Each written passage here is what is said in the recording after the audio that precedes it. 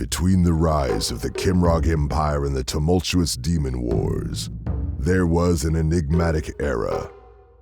A time when brave souls traversed oceans and continents in search of glory, riches, and power. Let us tell you of the days of high adventure.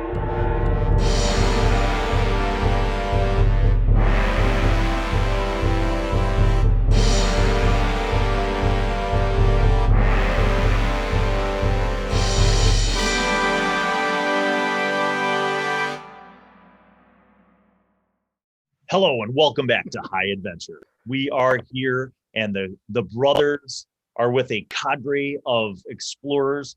They're students, trusted students. And you guys have kind of a nice balance between your six Sacuran, students who have been learning with you at your dojo, and six of the very curious and open-minded Iraqi people who you have recruited in your time on the island of Tizia. In the last episode, you guys decided to make your way up into the center of the island, which is at a higher elevation, following the river up to the plateau, the lake in the plateau, which is fed by the ring of mountains, the snow melt from the ring of mountains. At this higher elevation, you discovered, living around the lake, that there are occasional homesteads and even a couple small, settlements with clusters of 2 or 3 homesteads. And the one thing that you kind of encountered as you went around these different areas around the lake, making your way around the lake, you discovered that the people there were very hesitant to go up into the mountains. All of them seemed to be very disinterested and even superstitious concerning the mountains. But one of the last homesteads had pointed you towards a Borean guide. You were told that you could find a Borean guide. And so you continued around the circumference of the lake and came upon a rather interesting locale in an area where there's kind of a valley between the ranges, the northern and southern mountain ranges. You had found this lush and fertile land that seemed to be pretty well established, and the homestead of the Borean guide himself, Juan Gozo.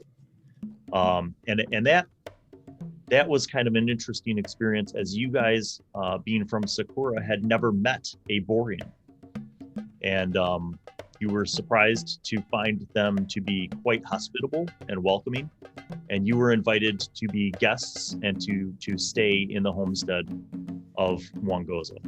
And after the evening's feast, which was laid out for you, and celebration of music and dancing, Juan Gozo's family retired to the small family huts, and you were invited to stay in the main home. The following morning, which is where we'll pick up, you guys have all been able to get a nice long rest. And you hear the sounds of the farm animals.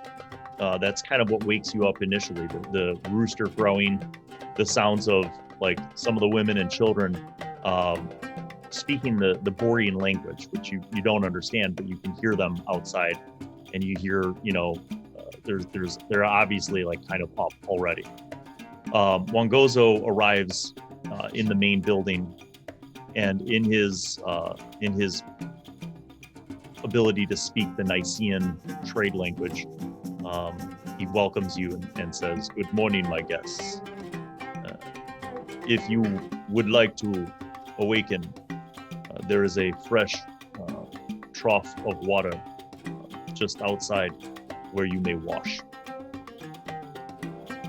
Good morning. My wife and her sisters will be preparing breakfast shortly in this room. So please go outside and make yourselves decent, and we will have some food and then discuss what it is that you would like to do. Very well. You guys and all of your cohort go outside. There's a big, like almost bathtubs bathtub-sized like trough of cold fresh water that looks like it's just been brought up from the lake. So all the men kind of splash water on themselves. You guys kind of just do quick, pits and cleanup sort of thing. You see a gaggle of the women and some of the older kids bringing food into the main building.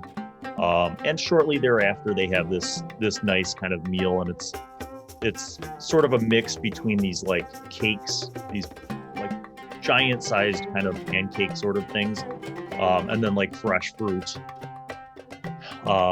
And after the morning breakfast, Wangozo invites the three of you to go for a walk and to discuss what it is that you seek. So he leads you kind of around basically like you go for a walk kind of around his farm. And you see the different kind of crops that he has. You see his family kind of working in these different plots, dealing with the different crops and doing a bit of farm work. And as you guys kind of are walking around and touring his land, he says, "It is my understanding that you wish to go into the mountains, yes. Speak to me more of your intent, because last night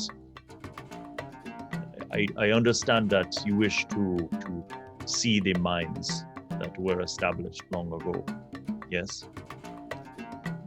But do you understand why it is dangerous?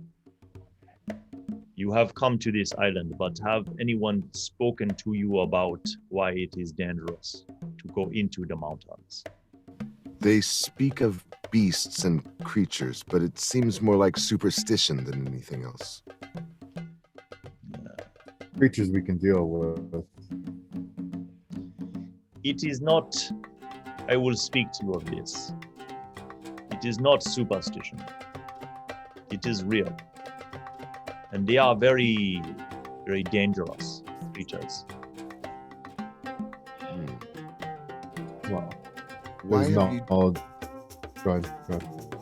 I'm wondering why you've chosen to settle your people near the danger. Must you be so far removed from the Iraqi people? We are actually quite safe here in this valley. Because we are not near, we are between the mountains, and the creatures that you may have been told of, the white birds, they will not come down. They will only stay in the mountains. They are large creatures who they dwell, and he points off to the mountains. They dwell amongst the highest peaks. There are caves in the mountains where they live. They will come down the mountains to hunt and to gather foods and to kill smaller animals to bring back. So, go ahead, brother. These creatures, do they walk on 2 feet? They can do both. They can run as a beast, but they can also stand up and walk on 2 feet. They are quite vicious. 8:30. They On Friday. would be very obvious to see That seems odd. anywhere that you would have land such as this. But on the white peaks of the tallest parts of the mountains, you might not even see them, for their fur blends very well with the ice and snow.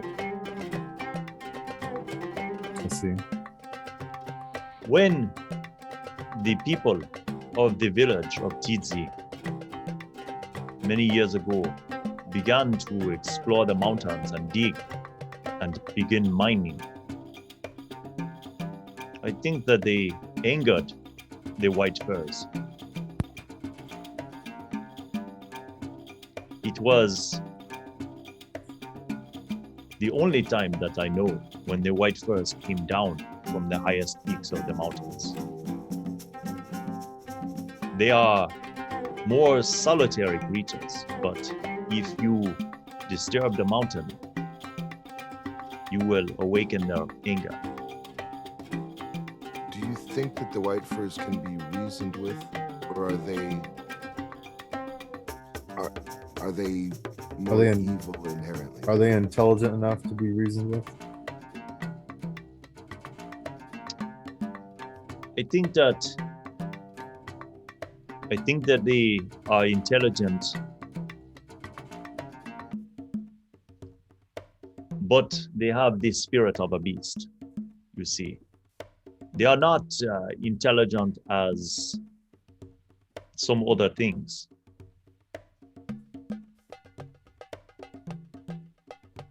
You know what are the Karsh?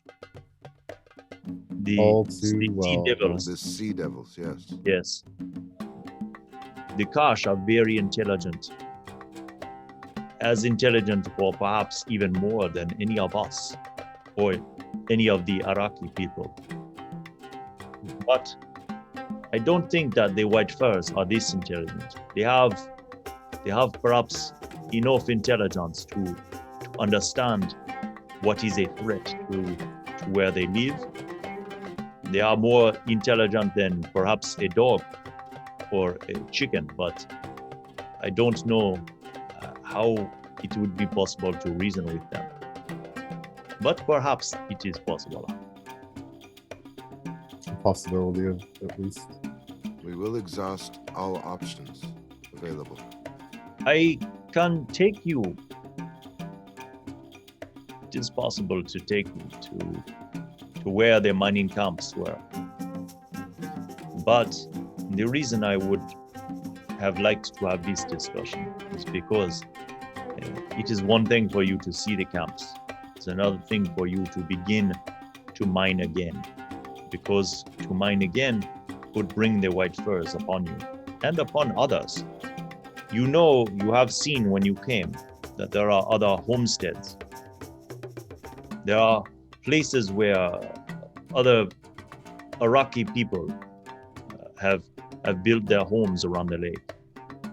These homes are much closer to the mountains, and it is possible the white furs, should they be angered, would seek wrath and retribution upon those others who live close to the mountains. But here, my family is safe because we are in a valley. It is not a place where the white furs would come. Have you ever seen their numbers? Do they seem like there are many of them? I think that there have been many, perhaps even a long time ago. They dwelled lower in the mountains. Because in my younger years, when I explored this island, I did find some of their caves lower in the mountains. They make pictures on the walls of the caves. So it was that I came to think that maybe at one time there were many more here on the island. Many, perhaps before the Araki people came to this island. Now, I know that your people have transplanted here from your land. Do you think that they are native to this land? The white furs? I do not know. It's a mystery to me, but I can tell you we do not have these in Borea. Even on the mountains, we have creatures, but not these white furs. Nor do we in Sacura. I think that maybe they come from somewhere else, but who knows what brings them to Nisia or how they came to be here. Maybe they are indigenous. But it would seem that with their long, heavy white fur, they would be from colder lands. Not a place like this chain of islands. These mountains don't see much snow then? I think in some seasons, yes, but you must be up very high to these peaks, because in the lowlands you don't have snow. The islands of Nisia have storms, but only snow up in the very highest and coldest peaks. And most of the smaller islands do not have tall enough mountains for this. I would like to take a closer look, brothers. What do you think? We have our goal. Let's say we go and meet our goal then. Very well. You will give me this morning to prepare my family for my departure. You will make ready your men and your wagon to follow me. We will travel through the alley, the valley, and head back. I have a question for you. Should we encounter anything, are you willing to help defend, or your guiding is the only thing that we are able to ask of you? If it, as your guide, I will seek to avoid battles, because this would not be to your benefit or mine. But should a battle be unavoidable, I will do what is necessary. What type of capabilities do you have? He smiles. He says, if it is necessary, you will see. Let us go. And he walks back. You see along the way he stops, he greets some of his children. And you're not exactly sure how many of these people are his children, or you don't know that whole story, but he seems to be kind of like the patriarch, because he's certainly the only grown man. There are some boys who look like they're teens, but he's certainly the only grown man. And just in kind of doing the math, you see that there's like 5 women. He has many wives. Well, you don't. I mean, do you? That's what I'm thinking. That's what I'm thinking. I'm not gonna even know that. No, I'm just thinking that in my head. Okay. Lucky man. All right. Okay. So basically, the rest of the morning, to fast forward through this, the rest of the morning is like this. He tells you that you're not going to go back the same way that you came, because there's no way to get your cart around through the mountain passes. So he's going to end up taking you west and then up along the northern coast of the island, back around, which is the only kind of even land that will allow you to bring your cart and to travel without having to do mountain climbing. He said that this will take the rest of the day, and that you'll have to make a camp, and then then the following day it will be about a half a day's journey to the mountain, to basically where you could make a base camp, and then from there you will have to actually do like some climbing, some work to get up there.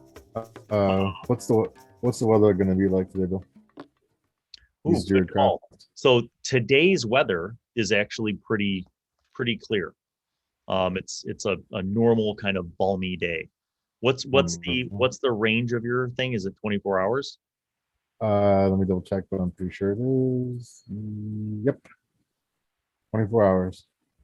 Towards the tail end of your 24 hours, you can tell that there's going to be a storm. Okay. I warned my brothers and the people. Yeah, you're not sure what the intensity of that storm is going to be, but you can tell that there's precipitation in the forecast. Yep. No, knowing that, can we anticipate on bringing some furs or some kind of equipment to justify the cold weather shifting? Because we're not people from cold weather, and I think that we need to get some. So Mongozo tells you that you're not that where the mines were established isn't that far up. That there's no reason that you would be that far up. You're not going to be going to the snow, the snow level or whatever it's called, like the highest altitude. So So if there is weather, it would be rain, not snow. Does Okay. Wangozo have anything we could use to help with the rain, if he's willing? No, but you guys remember that you in your Our supply stuff. you Okay. have like tents and that kind of Okay. stuff. Okay. So basically he takes like a couple hours while you guys are like bringing the cart up. He takes a couple hours to like gather some stuff and kind of give directions to his family. They basically fill 2 wooden crates with some fresh produce for you guys, and you have plenty of rations on your wagon, but this is just kind of in addition to the road rations. You guys have, some fresh produce from his farm. He Thank him kindly. Yeah, and you also notice that there's like not a glass jar, but kind of like a wooden jug, and it's like sloshing. And Wangozo sets that in the cart with the crates, and he says, "This is not for drinking." And you see he looks at all of your men. He says, "These are pickled eggs. They are for food." And he sets the jug in there. He goes, "I suppose you could drink the juice from the pickled eggs, but I think your stomach will make you pay a strong price for this later." Agreed. And so he kind of concludes by, he goes up to the what looks like, and you assume is his wife, or at least the oldest of the women. And he kind of speaks with her, and then he comes back out, and you see that he has his clothes on that he was wearing earlier today, and his spear, his short spear. That's it. That's the extent of, like, he doesn't have any armor, no other supply. He doesn't even have rope. So Cade takes notice of that because he literally doesn't carry any weapons himself. He just has his turtle shield on his back and armor. So you guys basically begin the trek, and it's kind of it's a little bit of a difference terrain wise from the eastern end of the island where the village of Titsi is, because you're still at a higher elevation, and instead of it kind of going down sharply, it kind of is going down gradually.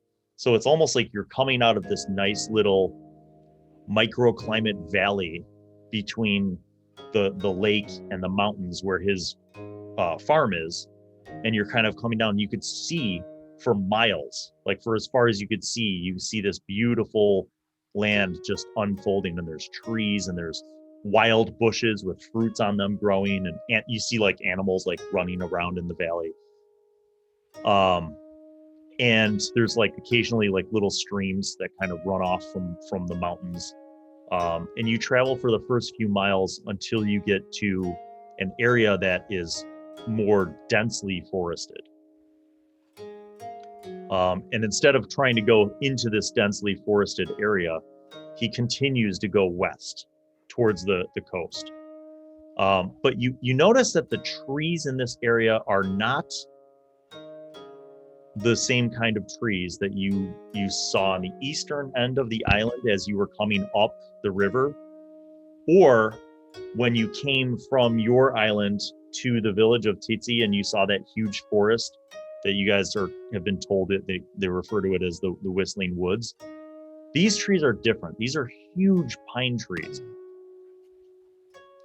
They're huge evergreens, and I mean huge.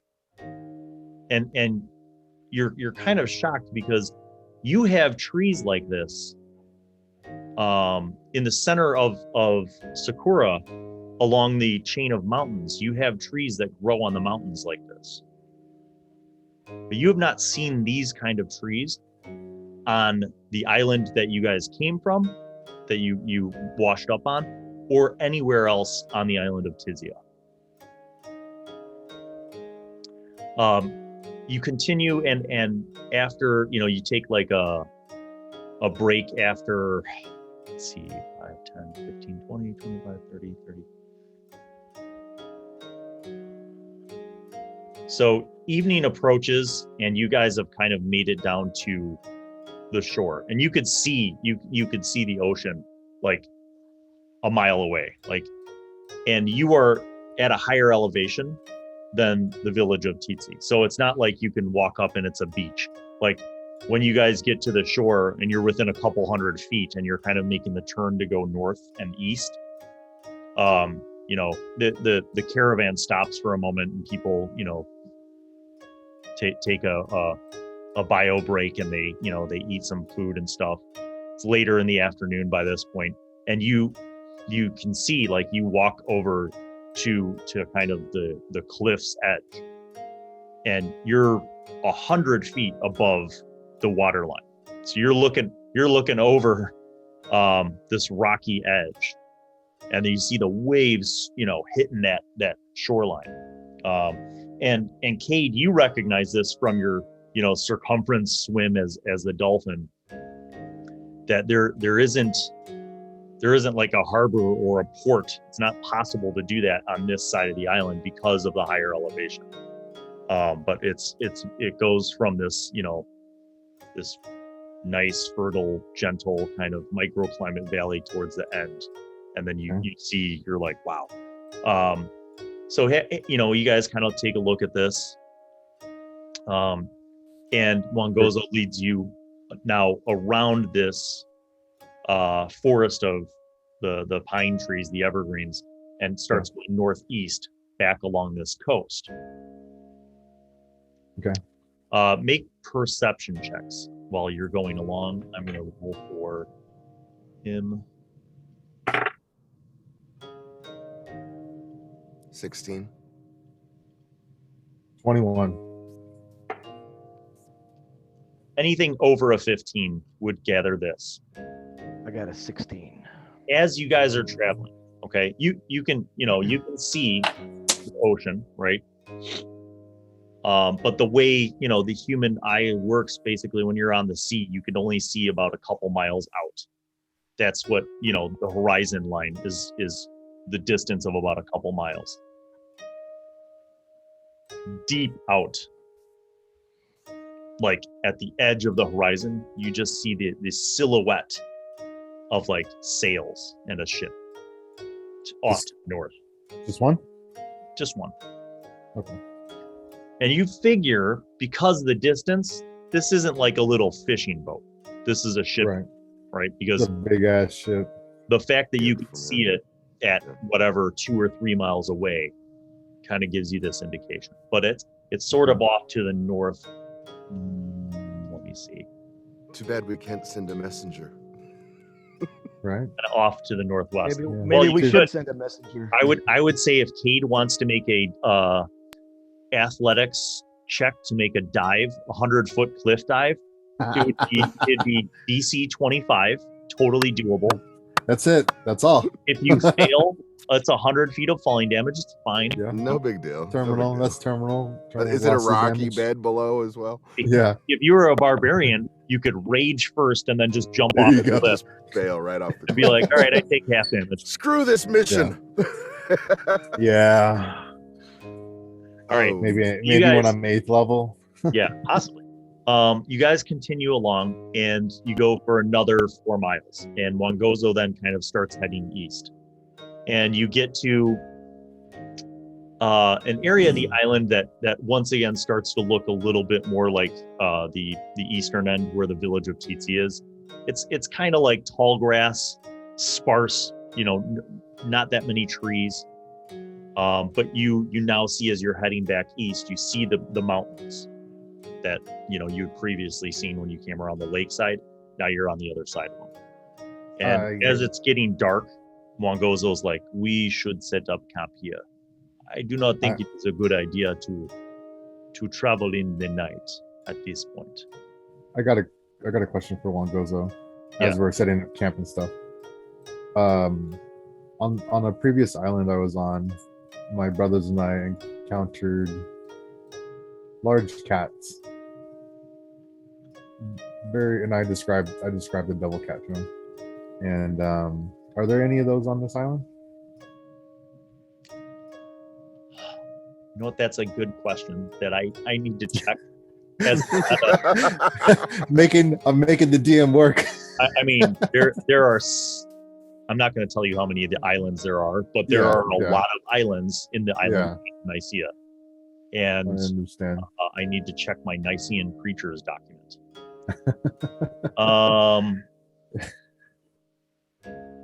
He Since said not all of them have been explored, we just kind of fudge it out. Yeah. He says, I do not. He says, after you've described it, he says, I do not think that these cats are on this island. At least not that I have seen. Okay. My brother spoke once of something like this when he had traveled to another island, but I have not seen any on this island. Very well.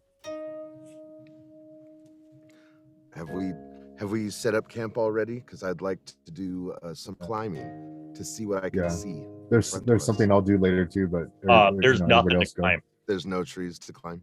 Nothing that's going to let you see anymore. So you just to give you a description, you're in this flat land right now.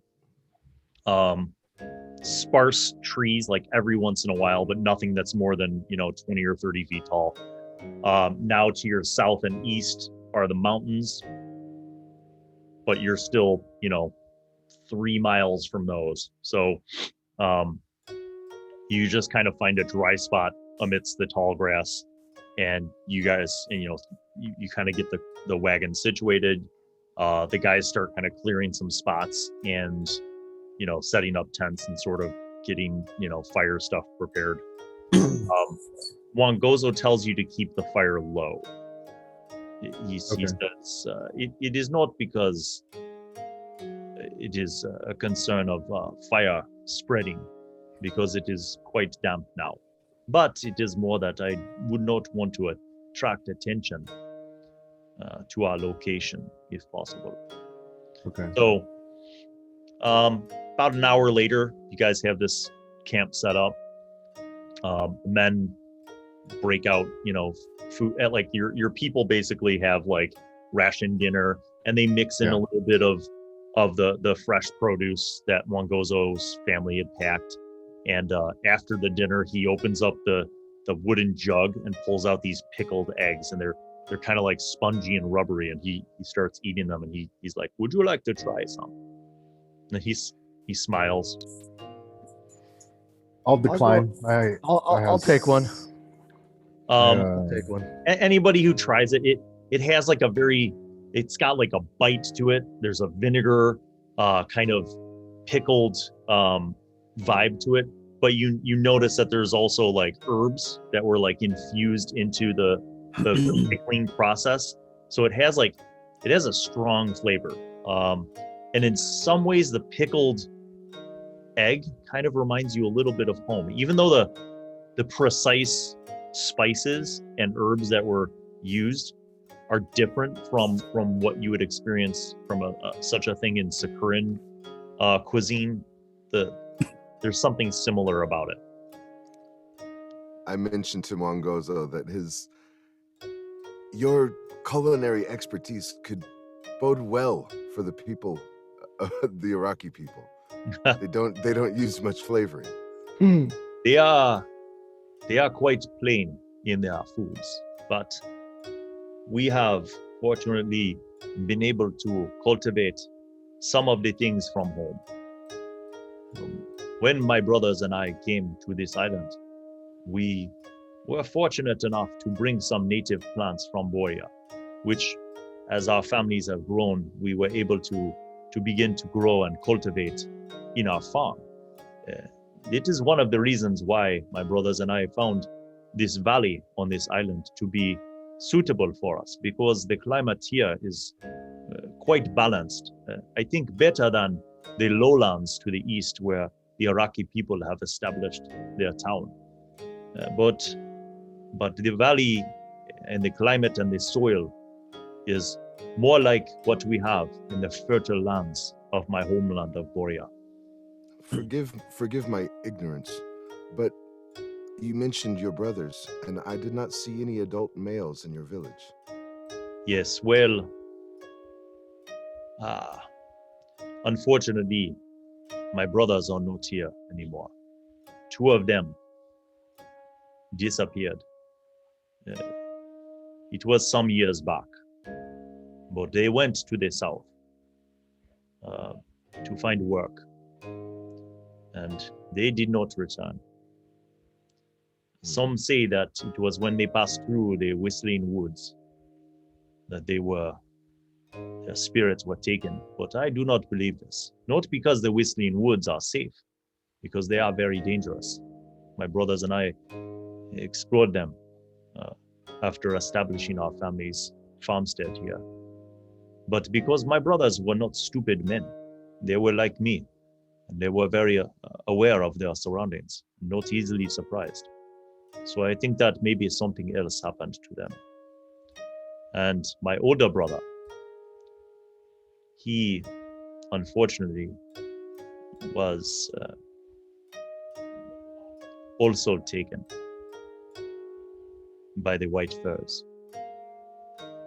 I'm sorry. My older brother saw an opportunity to advance our family's status. He was one of the first guides with the Iraqi people who established the silver mines. I understand your loss, and I'm sorry. It was from my brother's disappearance that I came to know about the White Furs, because I went to try and find my brother. I ranged all over the mountains. I found many of their caves, but I never found my brother. It is possible that the White Furs eat their victims, and that is why there was no evidence of him. But I do not know this for sure. I know I have seen younger ones gathering food, wild berries and wild fruits. So I think that they eat those, but I also know that they hunt animals and eat those as well. In their caves, I have not discovered any use of fire. So I do not think that they cook the meat that they kill. But I have not found the bones of any man in their caves. So perhaps they are not as animalistic as possible. Perhaps they bury what they kill. Yes, maybe the women revealed to us. The women, the wives of my brothers and their children, we are as one family. I have daughters, but my brothers had sons, and their sons, the oldest boys, soon will be old enough to be their own men. But I do not think that I will ever return to Borea. Although I think perhaps there are other islands where Boreans are.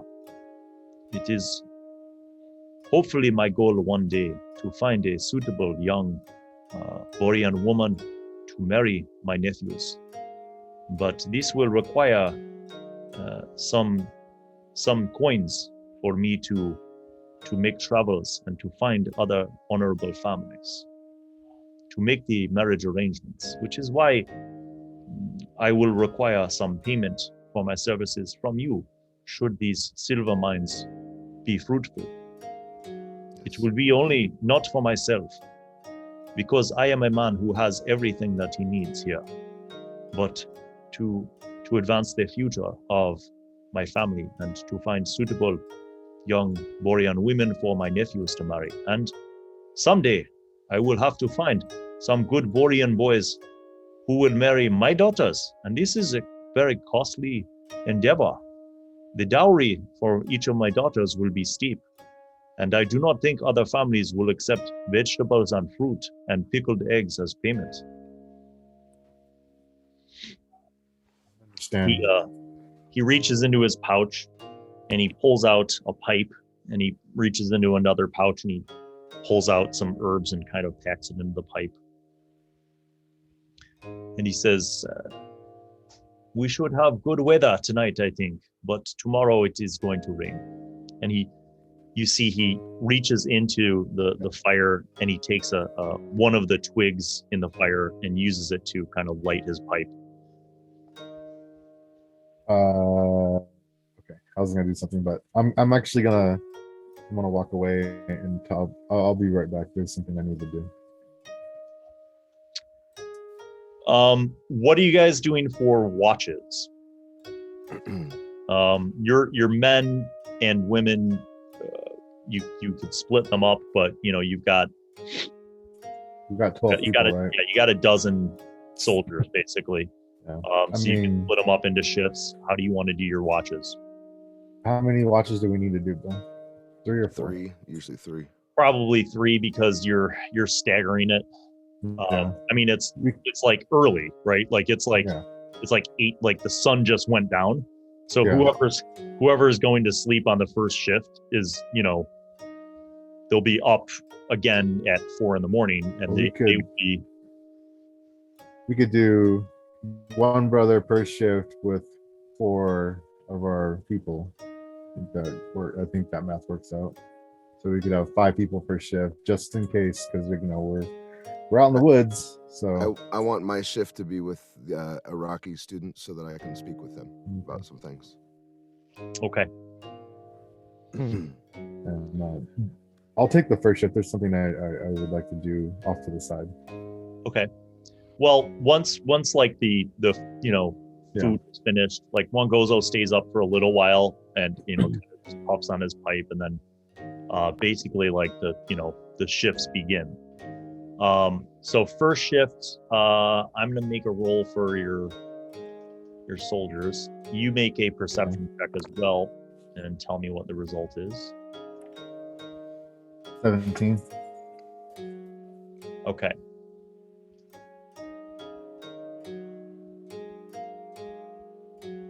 $17. Yep. Are you doing anything special for describe what you do during your first watch? Okay. I mean, I arrange whoever is on my shift, and I kind of go off to the side because what I'm going to do is I'm going to attempt to cast. I'm going to take a little bit of food from our rations, and I'm going to use that to cast Animal Friendship. Okay. And I'm trying to see if I can find a creature here or anything and be its friend. Do you have to make a roll for that? So the spell lets you convince a beast that you mean it no harm. Choose a beast that you can see within range. So I need to find one. It seems like if it must see or hear you. If the beast intelligence is 4 or higher, spell fails. Otherwise, the beast must succeed on a wisdom saving throw or be charmed by you for the spell's duration, which is 24 hours. Okay. I'm gonna say that you were able to find like a prairie dog, like a groundhog kind of thing. Okay. Prairie, I don't know. You know what I mean? Like some little gopher kind of creature that's out in the open lands. Sure. Okay. So wisdom saving throw. Yeah, it failed. Oh, okay. Great. I rolled a 4, so it's fine with me. So now I say, okay, I burned that spell slot. I'm gonna ritually cast Speak with Animals. Okay. And okay, so I do that, and I attempt to gain information from my new animal companion about the surrounding area or any dangerous creatures and things like that. Trying to get information about the layout. It tells you, in essence, that in this area there are dangerous creatures that circle above in the sky.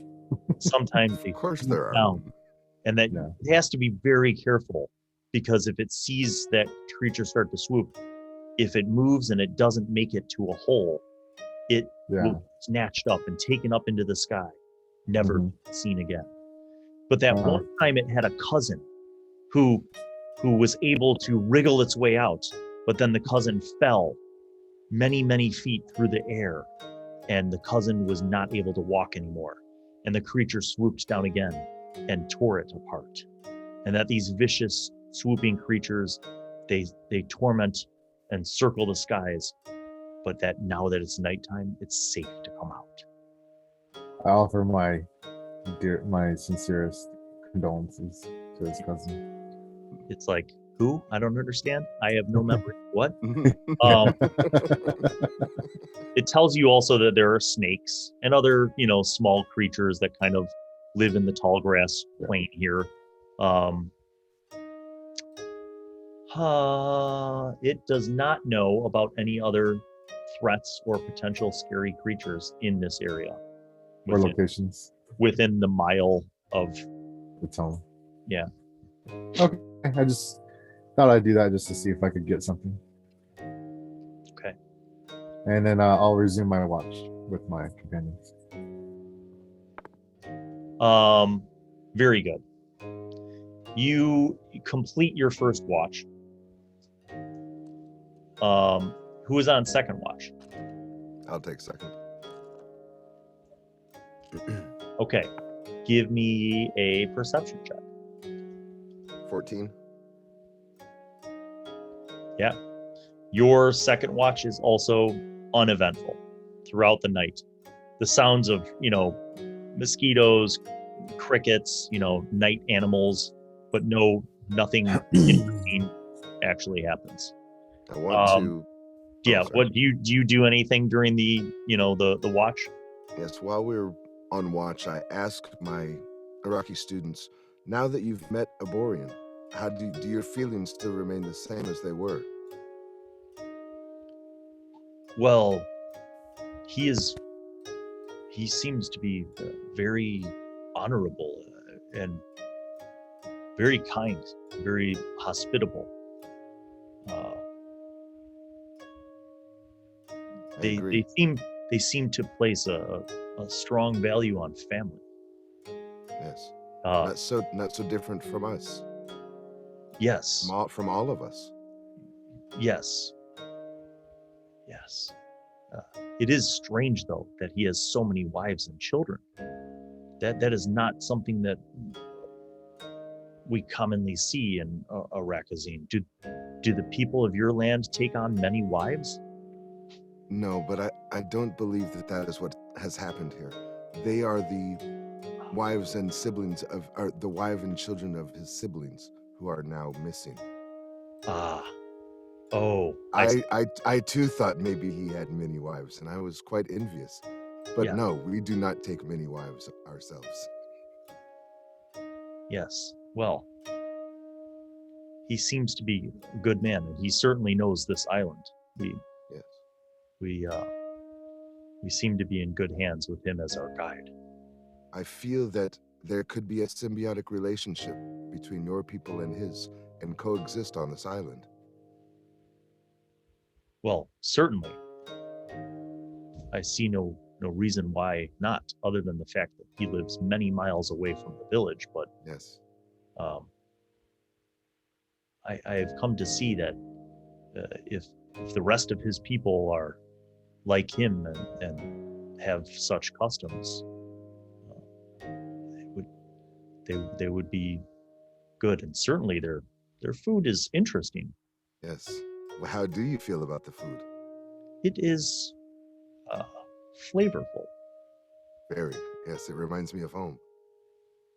Yes, the Sacuran food that we have tried with when your friend Mr. Zhao has made food has been very, very flavorful. Yes, it's very different.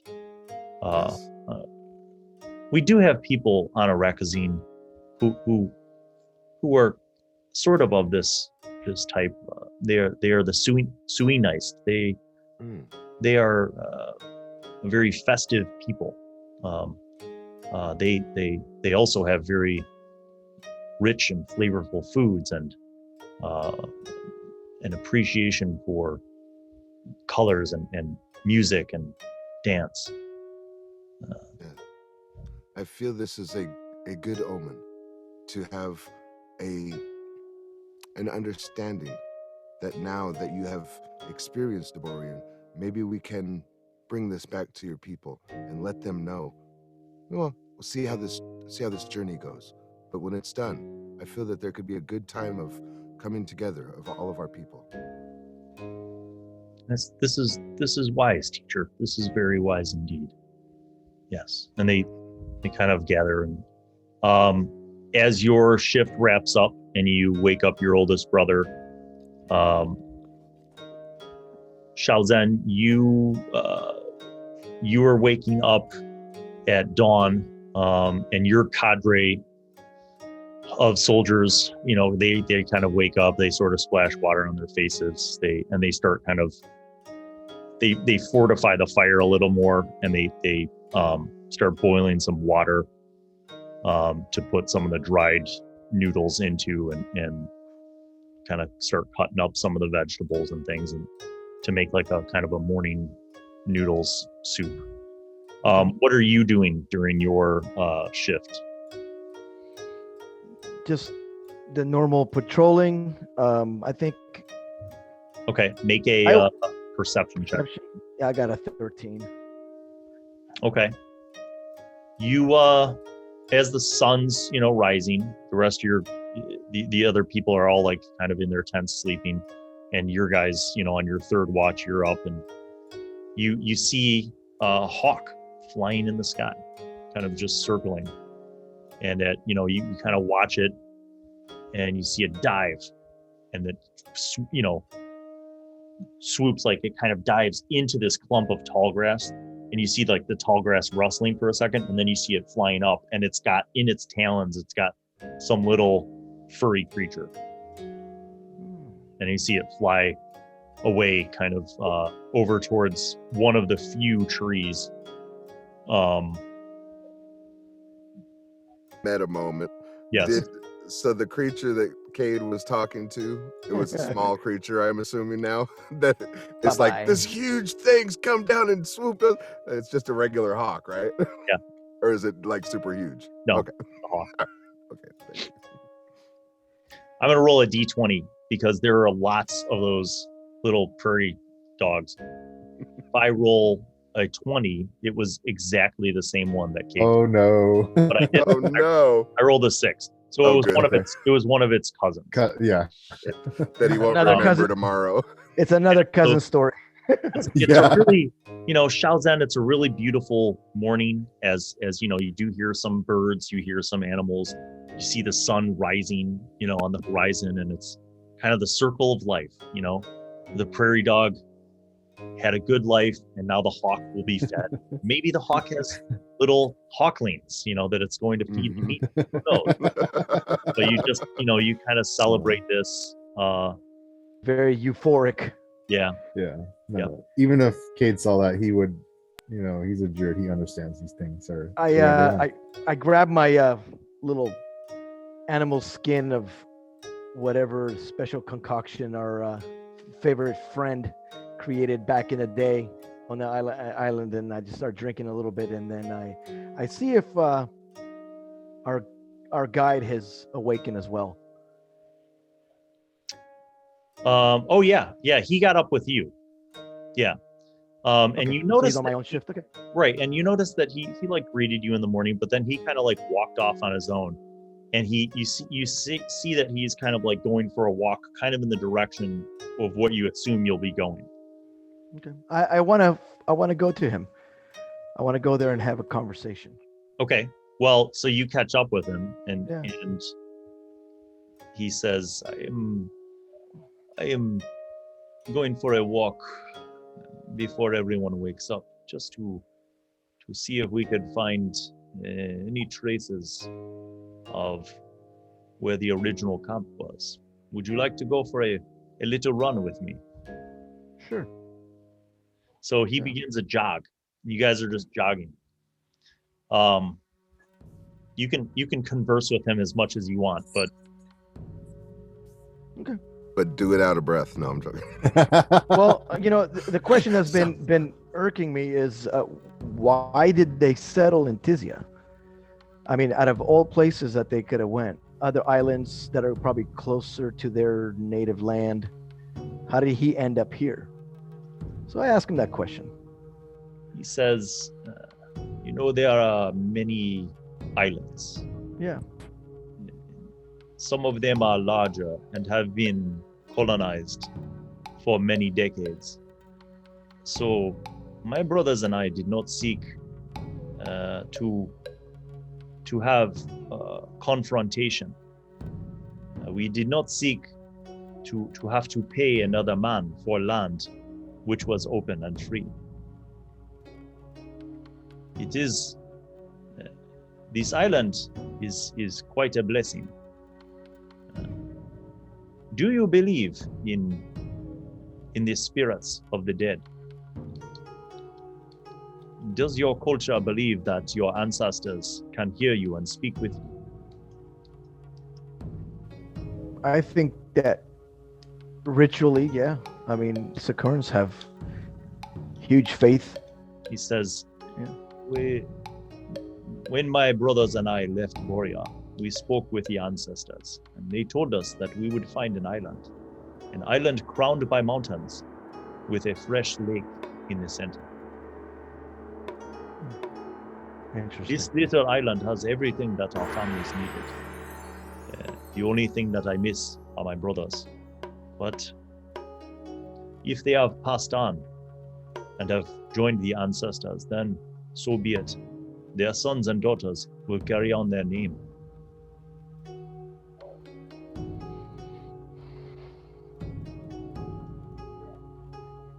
You guys run for 2 miles, and at no point in time does he stop. Sure. Hey, I'm athletic. Okay. Yeah. So Yeah, man. You keep up. I You just eat don't know like, how much drink you have. I was about to say you're also drinking. at the I same only time. took one swig, guys. Come on now. he gets to a point where, and you could see this now, as you're getting closer to the mountains, like you're basically at the foothills of the mountains. And he kind of gets to an area where the vegetation is a little more sparse now. It's more like scrub brush, kind of rocky land. Doesn't look like fertile soil, but there's kind of like the 2 mountain peaks, and then there's like a hilly sort of lowland between those 2 mountainous areas. And he says, yes, I think that this is where we will bring the group today. If we continue through here, there is a small valley between these mountains. It is from there we will make a camp, and I must survey to determine where the original mines were located, but I think we are not far. And you see he kind of like looks around, and he's kind of exploring some of the ground as you now, you're not jogging, you're just kind of walking around that area. Make perception check.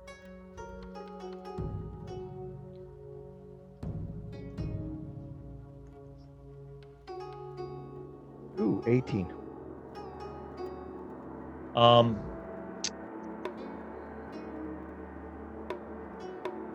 While you guys are kind of surveying this area, you sort of find this area that seems to be a maybe like a deer path sort of thing. It looks like it ascends up into the mountains. Okay.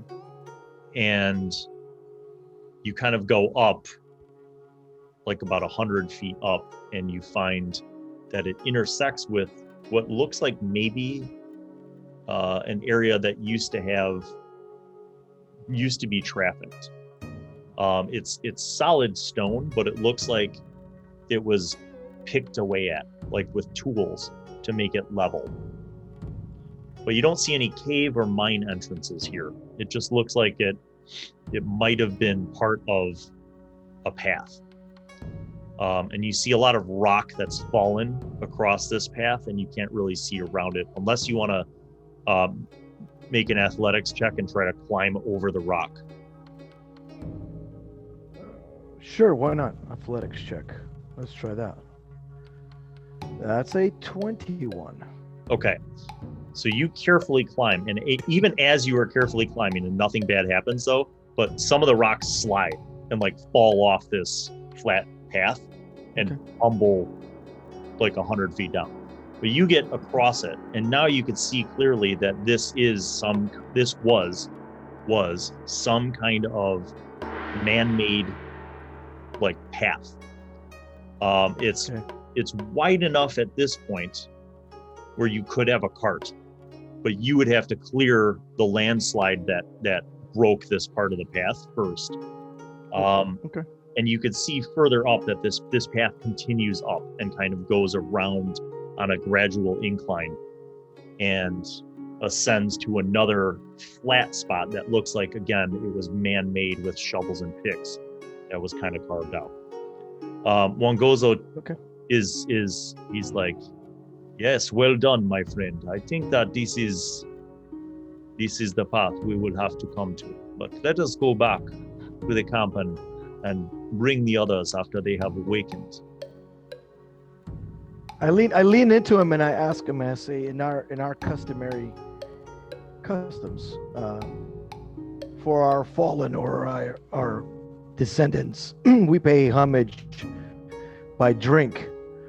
So I offer him a drink, and I say, please partake in this ritual, and let's honor our past family members, and to your brothers. May good fortune come to them, and maybe we find them. So he holds it up and he says something in Borean, and then he repeats himself again in Nisia, and he says, to the ancestors. He drinks. He hands it. I watch his reaction to the drink. He you see like his, he does like a little bit of a tangy face. He's like, this is strong drink. It is not the very plain drink of the Araki. He goes, no, it's not. He says, I think that your people have some similar values to my people. You and your brothers seem to be a reminder to me of the love that I bore to my brothers. It is good that you are strong with your family. Yes, there are a lot of similarities that we see between our peoples. So I follow him back to our camp where that's currently situated down. You guys get back, and everybody is now at the point of, kind of awakening.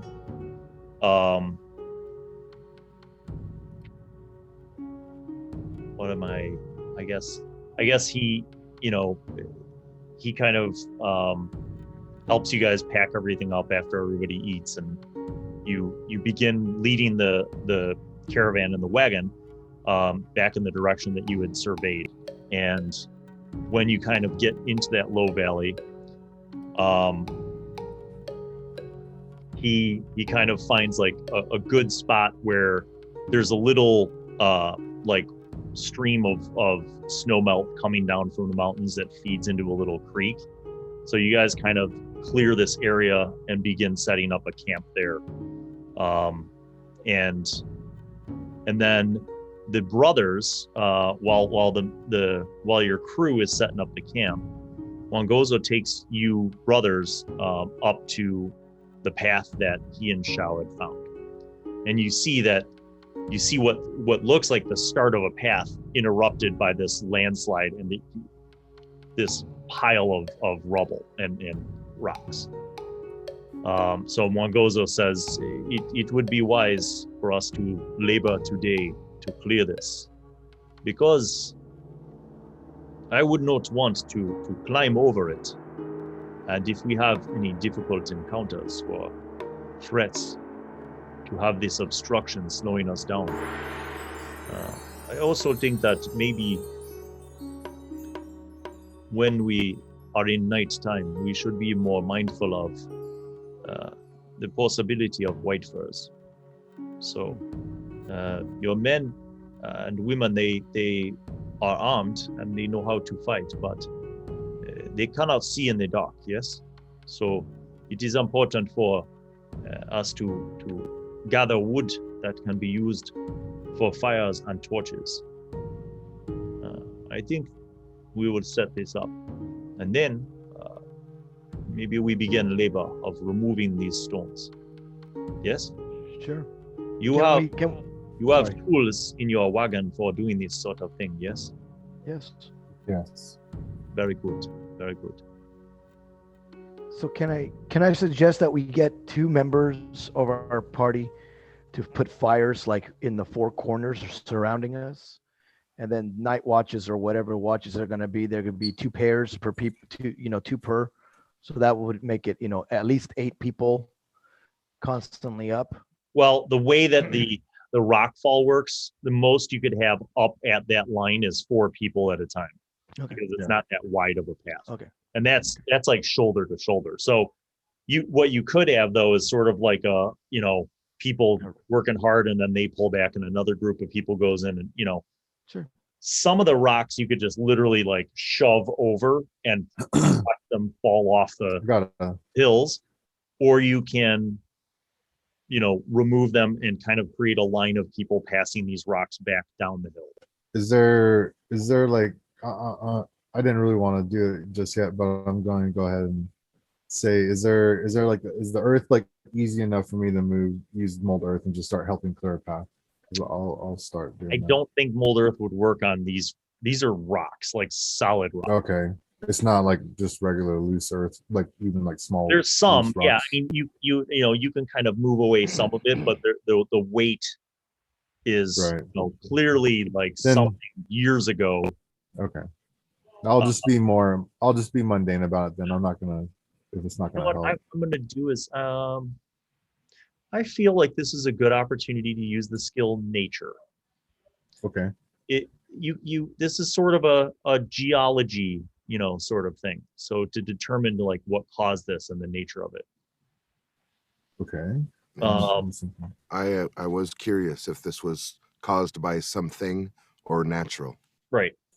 That's kind of what I'm suggesting, that you could possibly determine something from that. While Brother Cade is working on that, I'm grabbing his staff and trying to get leverage for the larger boulders. Okay. I rolled a 10. Okay. So it to you, it looks like a natural matter of erosion.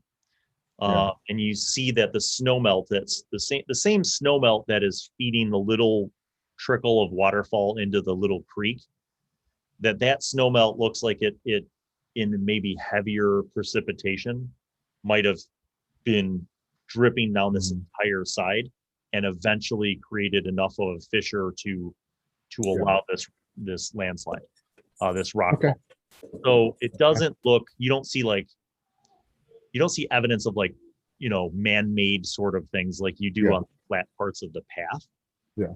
This looks like a natural erosion, but it is a massive, I mean, it's going to take you guys and your whole crew literally the entire day. Okay.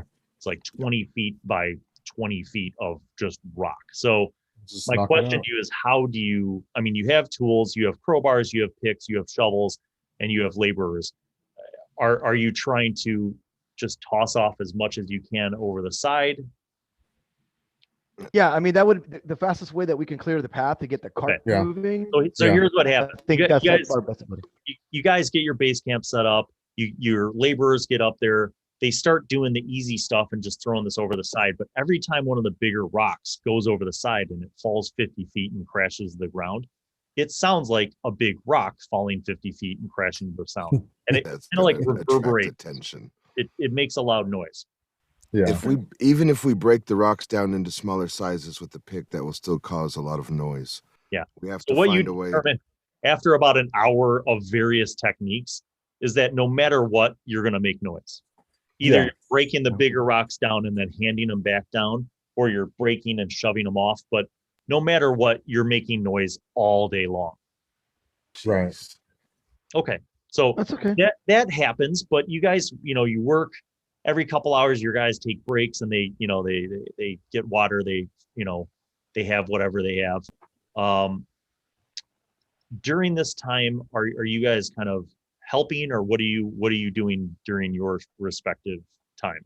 I'm Helping, gonna say facilitating. this is like 8 hours, right? Yeah. Like this is all day. So what are you doing during this time? I'm going. Go ahead. No, you go ahead. I was go going ahead. to say, for me, I'm doing what I can to help and to facilitate the removal of the debris, but also keeping a watchful eye on the mountain ranges and the surrounding area. Okay. What about you, Cade? I'm going to actually do a little scouting ahead for just 2 hours. Okay. Are you talking about climbing over the rocks and continuing up the path? Yeah. Because Shao told you that there was more path beyond that. Yeah. Are you doing this by yourself? Yes. Okay. And make an I'm athletic going- check to climb over. well, okay, yeah, I'll do that first. Yes. Athletics check. Natural 20. Damn you. You do it without even dislodging anything.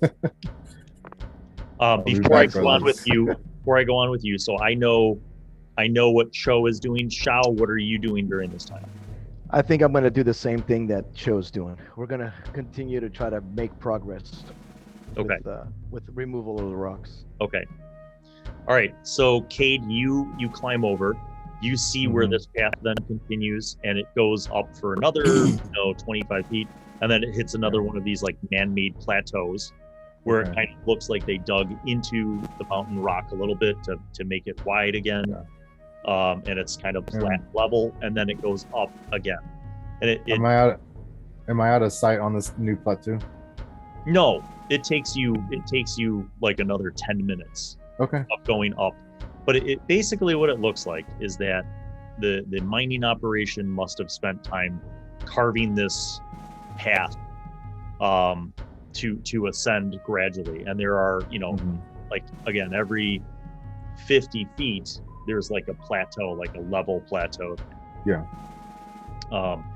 And you get up to like the third plateau, and you see now that they have also embedded, there are these iron kind of rings like embedded into the stone on two ends, and you could see where there's like a length of thick rope, like the kind of rope you'd see on a ship, Right. that would be tied between these two rings, almost as if to secure something so that it doesn't roll down the hill. Okay. And then as you get higher, past everything past this third ring, you see that they have these metal posts that they've pounded into the rock, and these thick ropes that go along the cliff edge. Okay, because you're going up, there's one edge that looks down over, and then there's another, then there's the other side that goes up along the rocky incline of this. Okay. The thick rope looks like it's still intact, like it looks solid. It's weathered, Yeah. obviously weathered, but it looks okay. And you see that there's like a tow rope on the other side that looks like it's hooked up about every 50 feet to these posts that have these wheels on them, and they wrap around the wheels. Yeah. And the rope is knotted at like 10-foot intervals. So it looks like this started to be a pretty well established kind of thing. Yeah. They put a lot of effort in here.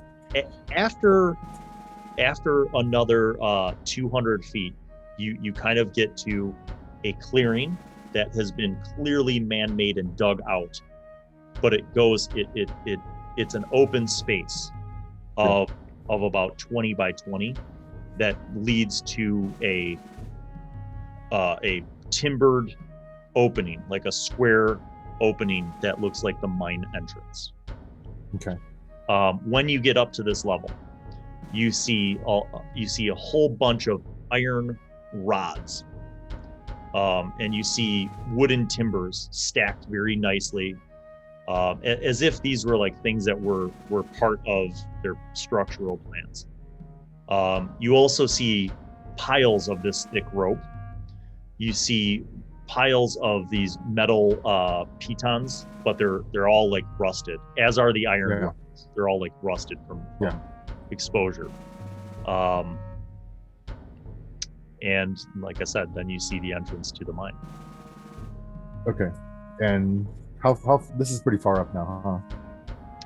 You are 250 feet higher up than where they are. Okay. I'm gonna cast dark vision on myself. Yeah, and it looks like, just to be clear, it looks like 1,000 feet up from where you are is where there's no more vegetation, and it looks like that's kind of where the snow is. Okay. Okay, so I do that, and I wild shape into a dire wolf. Oh, okay. And I'm gonna go in and see. I want to explore like at least the front of this little system just to get a heads up. So you kind of go in, and you see that the first 50 feet in is, dusty but intact. Mm-hmm. It looks like it was very well supported structurally. It looks like they carved out this mining tunnel. They had to support timbers, in intervals, everything intact. And you get in about 50 feet, and there's a cave-in, just a pile of rocks that fills the entire entrance. Now, it's not as big of a pile. It's not as big of a pile. It's like, because the tunnel itself is only 10 feet wide by like 6 feet tall. So you're not sure how deep it goes though, but it fills your entire, like you basically 50 feet rock in, wall. I And make a let's see, make an investigation check. Let's see if you. Investigation is not my strong suit, but let's do it. 11. Okay, so you see the support timbers. Yeah. They've collapsed, but it doesn't look like they split. You know what I mean? Like, it doesn't look like the rocks split the support timbers. They're intact, and they're on the ground in front of this cave-in. Yeah. I'm okay. After that investigation check, I would like to attempt to make like a perception check based on my keen hearing and smell as a dire wolf to try and just if I can sense any other dangers or anything. I'll let you make a smell check. Go ahead. Okay. That's a 16.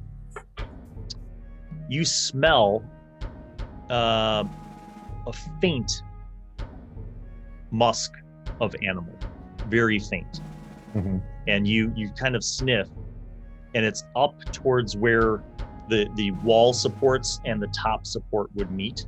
And the top support, like I said, is intact and it's on the ground. But you see this little chunk of fur, white fur, up at the top.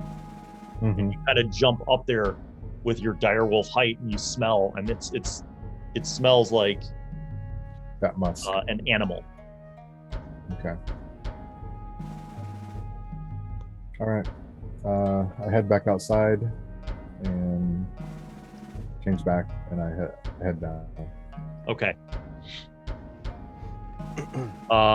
That takes you a while. Yeah. The rest of you guys have, you work your butts off. Like it is hard labor. I mean, you're literally just moving rocks, and as good and reliable as your people are, they are not miners. They're not used to this. Like, they're farmers, they're dock workers, but they're like wiped. They're like exhausted before it's even dark. So you all pull your guys back down to camp. They eat, they wash up, and they're just wiped out. Shao and Cho, as you were working throughout the day with your people, and actually Brother Cade even later. I'll let you guys make perception checks.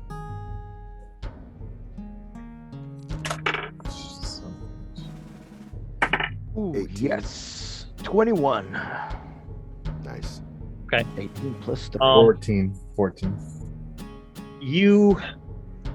This rocky area that you guys are in is not there's not as many like animals as there were in the open kind of grassland prairie that you had just been in the day prior. There are a lot of bugs, but really, maybe some like little ground mice that kind of dart across every once in a while.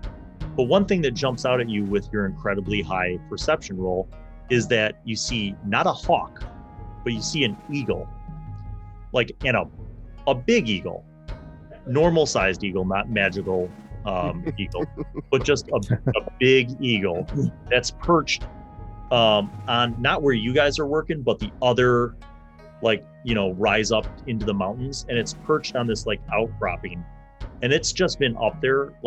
Every once in a while it'll get up and fly around this little valley and swoop down and grab a mouse, and then it goes back up and it just watches you.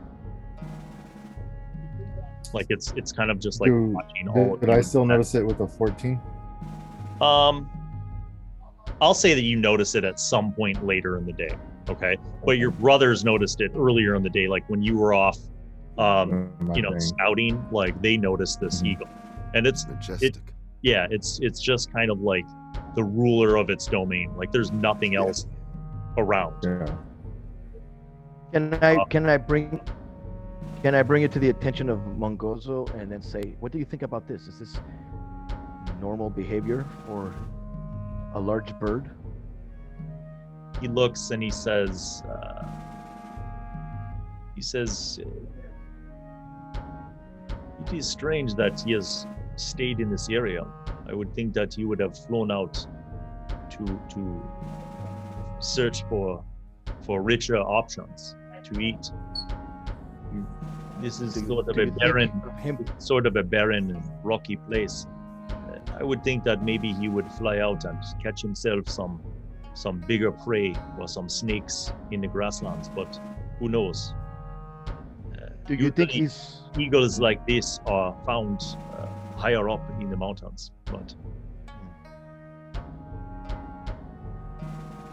you want to think there's a correlation between him and our path? I do not know. Perhaps he is just curious. I think that no people have been here for a long time. What time of day is it?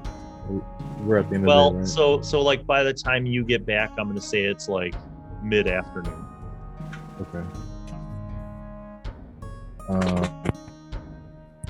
Try that same combination I was doing last time. Maybe I can get some better information from this guy. I'm going to say, if you want to approach to get close enough, make an animal handling check. Okay. All right. Better you than me, brother. I am going to use advantage. My marker rebirth. Yeah. Yes. As I'm getting closer, I sense that I'm not doing a very good job to let this creature let me approach, and I feel the tingle of my tattoo to try and help guide me. And that was worse. Damn it! Oh, feel the tingle, man. Come on. You need a drink, brother. Embrace your animality. You're so tired from your hike up that when you go to try to talk to this eagle, it was an 11. You're kind of making your way, and you're trying to be calm and generate an aura of calmness. And the eagle lets you get close, and it kind of but you could tell that it's not it's getting ready to fly away, but it hasn't flown away yet. It's just looking at you. Yeah. So you're within 30 feet of it. Okay, I attempt to cast Animal Friendship. So wisdom save, which the DC is 15. Okay. You see, after you cast it, the animal's wings kind of calm down, and it kind of sits back on its haunches, like it seems to be calm. Wonderful. And it like cocks its head and like looks at you strangely. Yeah, right. I then ritually cast Speak with Animals. Okay. You do. It's just calmly watching you. How long does animal friendship last? 24 hours. Oh, okay. All right. So after your ritual of casting, you feel like you have the ability to speak. I speak with this majestic creature and ask him why he's been watching this all day. You are interesting. I do not see people here in long times. Why are you here? We seek to enter the caves to find the precious rocks and stones. Have you seen any of the large, and I can't remember the names right now, the white ones, I call them?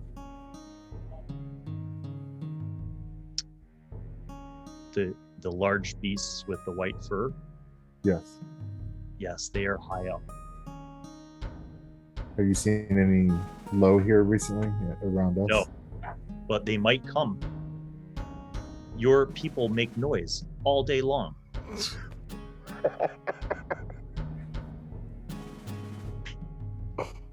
A risk we are willing to take. I think They would smell you. They would smell you even if you didn't make noise. There are not man who comes here.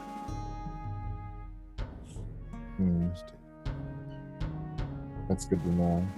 And I offer him some food. Unless some, you like ration ration meat. It's like, no thanks. I prefer my live game. Right. I will Right. soon I will go to take up some snakes or perhaps fur things. You seen any other men recently? Here? Like us, yes. No. Too dangerous. Men don't come here. It is dangerous. He says, do you see mountain goats here? He says, because white furs eat them. They don't come here. The goats are smart. White furs don't come down very much anymore. Only for hunt. Sometimes at night they go down to the lake and they take lots of fish. Sometimes they take animals from man farms by the lake. Well, I'm sure we just gave them enough reason to come check this out too. Just as you did. They might take your horses. Lots of meat. We'll see. Probably Thank not you. a good idea for you to come here. I do what must be done. I have my goals, as do you, I'm sure.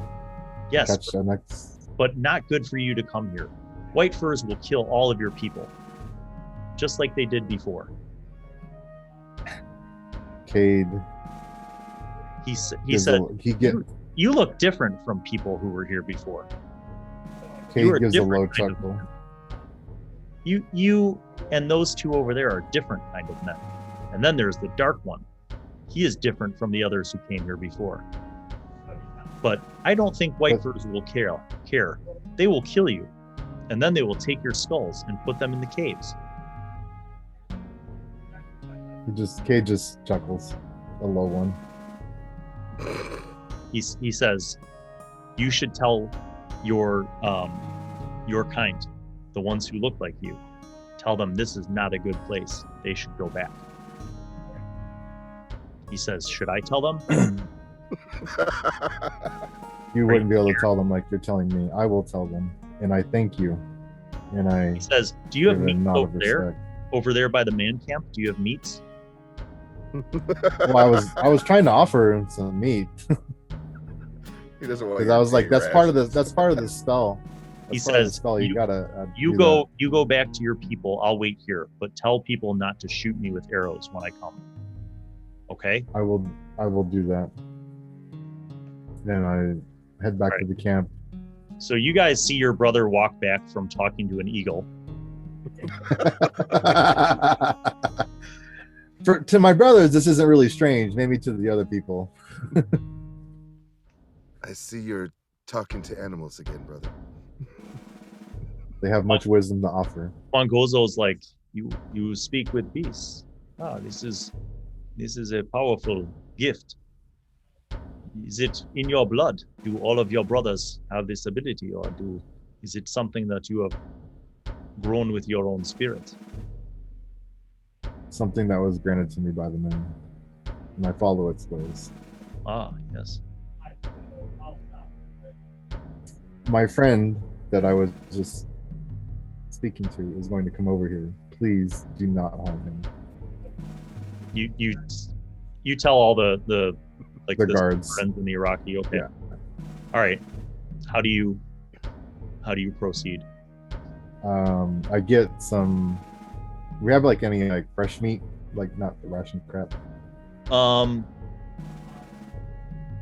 like a fish maybe that we've brought or.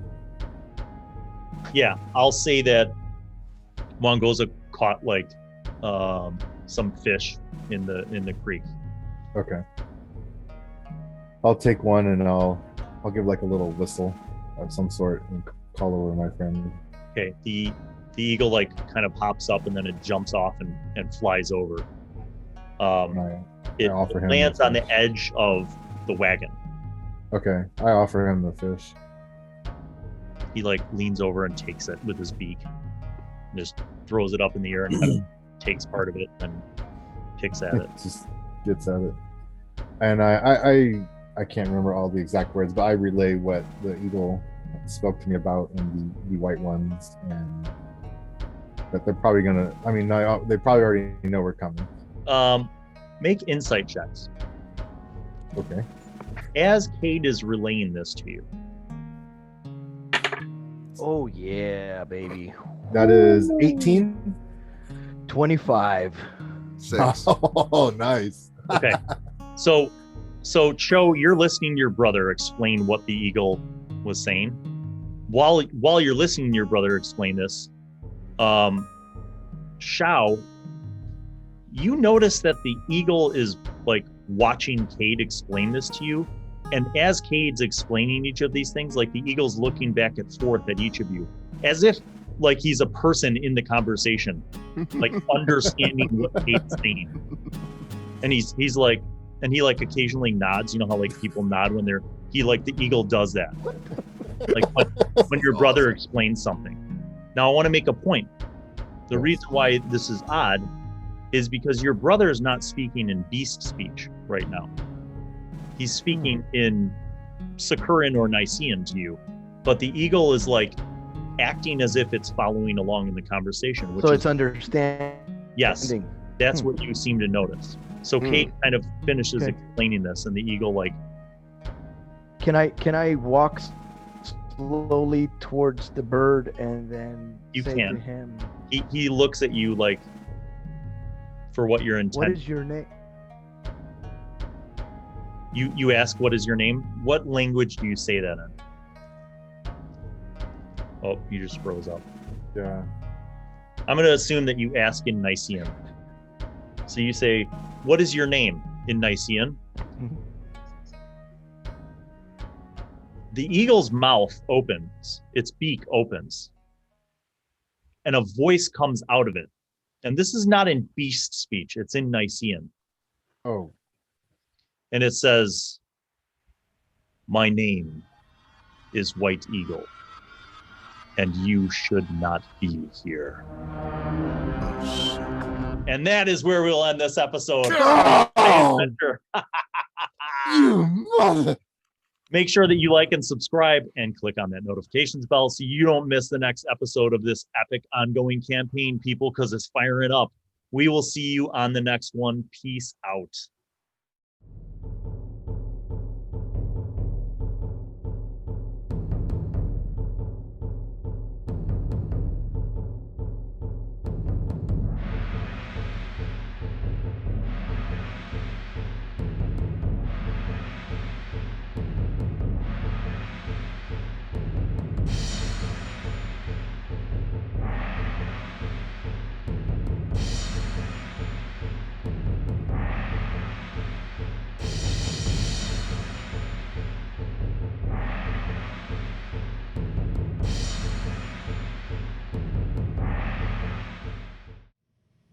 Well, hello, and welcome to Bill Allen World.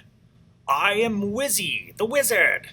I'm back once again to remind you to subscribe and click on the notifications button, and also watch videos that are over there. Tune in to the next episode of whatever show you were just watching, and watch other shows featuring Bill. He made me say that because he's a narcissist. Okay, bye.